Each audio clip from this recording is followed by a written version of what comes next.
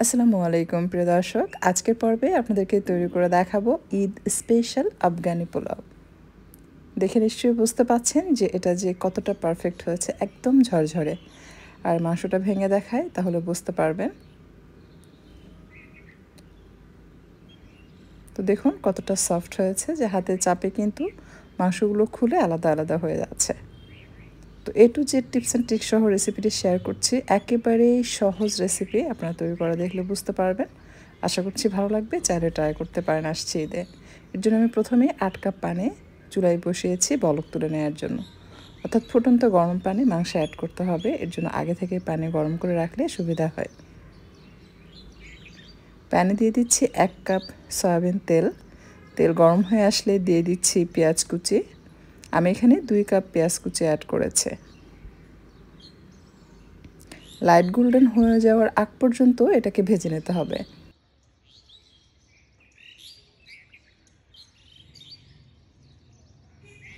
পেঁয়াজ ভাজা হয়ে আসলে অ্যাড করতে হবে মাংস। এখানে মাংস আছে 1 কেজি, বড় বড় টুকরো করে কাটা, হাড় চর্বি সহ নিয়েছে।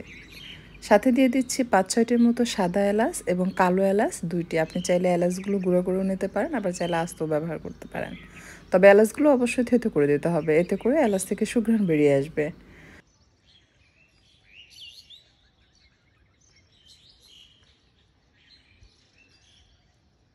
1 কেজি মাংসের জন্য আমি এখানে লবণ দিয়ে দিচ্ছি 1 চা চামচের বেশি, অর্থাৎ আপনারা দেখতে পেলেন যে 1 চা চামচ উঁচু করে দিয়েছে। দিয়ে মাংসের সাথে এটাকে মিক্স করে নিচ্ছে। মাংস কিন্তু তেলের মধ্যে খুব ভালোভাবে কষাতে হবে, তা না হলে কিন্তু মাংসের যে ফ্লেভার সেটা থেকে যাবে। যেহেতু এই রান্নায় মশলার ব্যবহার খুব কম হবে, সো এ কারণে অনেক সময় নিয়ে আপনাকে এটা কষিয়ে নিতে হবে। আমি প্রায় এটাকে 15-16 মিনিটের মতো কষিয়ে নিয়েছিলাম। এই পর্যায়ে দিয়ে দিচ্ছি আদা রসুন বাটা 2 টেবিল চামচ। দিয়ে এটাকে আবারও মিক্স করে ভেজে নিচ্ছে। এভাবে ধাপে ধাপে মশলা অ্যাড করবেন আর ভাজতে থাকবেন, তাহলে মাংসের যে ফ্লেভার থাকে সেটা থাকবে না। আপনারা যারা বাইরে এই আফগানি পোলাওটা খেয়েছেন দেখবেন যে মাংসের ফ্লেভারটা পাওয়া যায়, যেটার কারণে আমরা বাঙালি কিন্তু অনেকে এটা মানে খেতে পারে না। সো আমি যে প্রসেসিংয়ে তৈরি করে দেখাচ্ছি, আপনি যদি এভাবে বাসায় রান্না করেন দেখবেন খেয়ে অনেক মজা পাবেন। আমি এই পর্যায়ে 1.5 চা চামচ সাদা গোলমরিচের গুঁড়া দিয়ে এটাকে মিশিয়ে নিচ্ছে।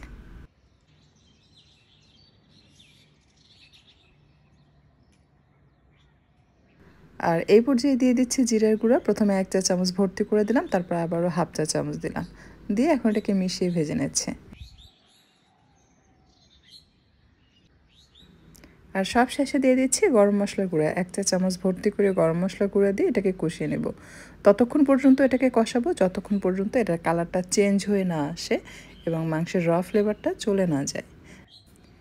যেহেতু আমরা বাঙালি, লবণ ঝাল মশলা ঠিকঠাক মতো না হলে কিন্তু আমরা সব খাবার খেয়ে মজা পাই না। সো এটা কিন্তু মজার ছিল, অল্প মশলাতেও এটা অনেক বেশি মজার হয়। সো ট্রাই করে দেখতে পারেন। তো দেখুন মাংসের কালারটা কিন্তু চেঞ্জ হয়ে গিয়েছে। ঠিক এরকম চেঞ্জ হয়ে আসা পর্যন্ত মাংসটাকে আপনারা কষিয়ে নেবেন, তারপর অ্যাড করবেন ফুটন্ত গরম পানি। এটা বেশি করে অ্যাড করবেন, কারণ এই গ্রেভিতেই কিন্তু রাইস রান্না হবে। এই পর্যায়ে ঢাকনা দিয়ে ঢেকে প্রথমে হাই ফ্লেমে রেখে বলক তুলে নেবেন, তারপর চুলার তাপ একেবারে কম করে দিয়ে রান্না করবেন যতক্ষণ পর্যন্ত মাংস একদম সেদ্ধ হয়ে নরম হয়ে না আসে। নামানোর পূর্বে এভাবে স্প্যাচুলার সাহায্যে চেক করে দেখবেন। যদি দেখেন এরকম চাপ দিতে ভেঙে যাচ্ছে, তখন বুঝে নিতে হবে আপনার মাংসটা প্রপার সেদ্ধ হয়েছে। সেই পর্যায়ে গ্রেভি থেকে মাংস একটা একটা করে আলাদা করে ফেলতে হবে।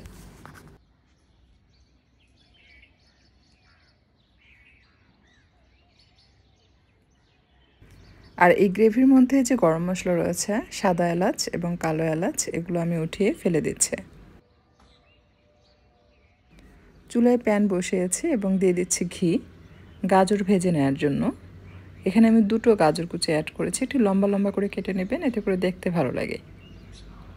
বেশ কিছুক্ষণ গাজর ঘিয়ের সাথে ভাজার পর অ্যাড করে দিব চিনি। আমি এখানে চিনি দিয়ে দিচ্ছি 1.5 চা চামচ, আর সেই সাথে দিয়ে দিচ্ছি কালো কিশমিশ। দিয়ে এটাকে কিছুক্ষণ ভেজে নিতে হবে।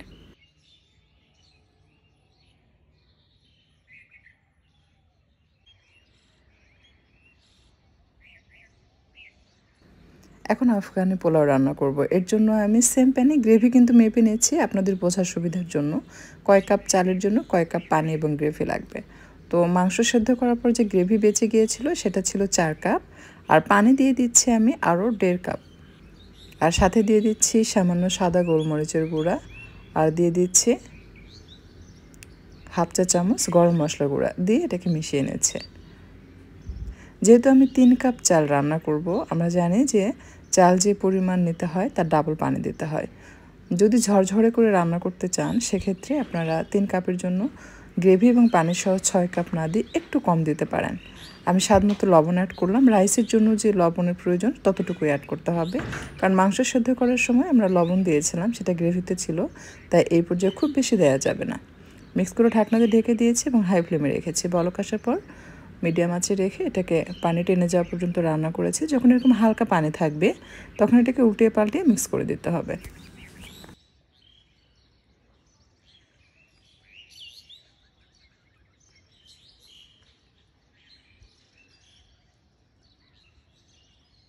আর এই পর্যায়ে সাথে সাথে চুলার তাপ একেবারে কমিয়ে রাখতে হবে, তা না হলে কিন্তু নিচে থেকে ধরে যাবে। এখন উঠিয়ে রাখা যে মাংস ছিল সেটা এটার সাথে হালকা হাতে একটু মিক্স করে নিচ্ছে।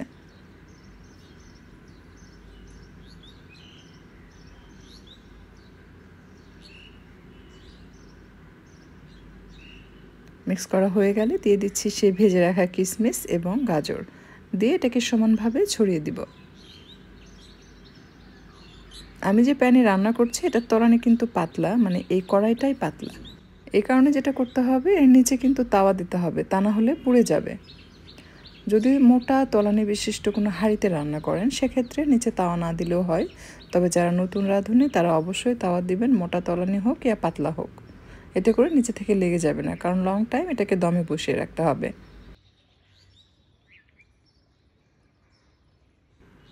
দমে বসানোর পূর্বে আমি তাওয়া দিয়েছি, এটা 1 মিনিটের মতো হাই ফ্লেমে রাখবো। তারপর চুলার তাপ একেবারে কম করে দমে বসিয়ে রাখবো। প্রথমে হাই ফ্লেমে এই জন্য রাখবো, নিচের তাওয়াটা যেন খুব ভালোভাবে গরম হয়ে যায়।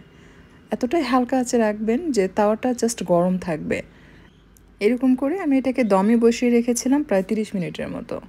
দেখতে পাচ্ছেন 30 মিনিট দমে বসানোর পর আপনি দেখবেন রাইসগুলো এরকম খাড়া খাড়া হয়ে যাবে। আর রাইসটা কতটা ঝরঝরে হয়েছে আপনারা নিশ্চয়ই দেখতে পাচ্ছেন। এটা রিজন হচ্ছে তেল বেশি ব্যবহার করার কারণে, কিন্তু কোনো রাইসই কারোর গায়ে গায়ে লাগবে না, এরকম ঝরঝরে থাকবে। তো দেখে নিশ্চয়ই বুঝতে পাচ্ছেন যে কতটা পারফেক্ট হয়েছে। আর এটার স্বাদ এবং গন্ধ পুরোই ডিফারেন্ট। আমার কাছে খুবই ভালো লেগেছে। আমার ছেলে মেয়ে আমার পরিবারের সবাই খুব বেশি পছন্দ করেছে। সো আপনারা চাইলে আসছে ঈদে ট্রাই করতে পারেন, এমনকি রমজানেও কিন্তু আপনারা এটা চাইলে ট্রাই করতে পারেন, বা যে কোনো অকেশনে বাসায় গেস্ট আসলেও এটা রান্না করে নিতে পারেন। সময় একটু বেশি লাগলেও এটা একদমই সহজ রান্না, যে কেউ সহজেই রান্না করে ফেলতে পারবে। আমার কাছে মনে হয় যে সবাই পছন্দ করবে, কারণ হালকা স্বাদের ডিফারেন্ট স্বাদের একটা রেসিপি। সো আমার মনে হয় যে আমরা সাধারণত সচরাচর যেটা করি আমাদের দেশীয় খাবারগুলো রান্না করি, পাশাপাশি কোনো এক সময় হয়তো আপনি এই ধরনের পোলাও রান্না করে খাওয়ালেন, দেখবেন যে এটা কই থেকে শিখেছো, এটা পুরো ডিফারেন্ট, এরকম তো কখনো কোথাও খাইনি।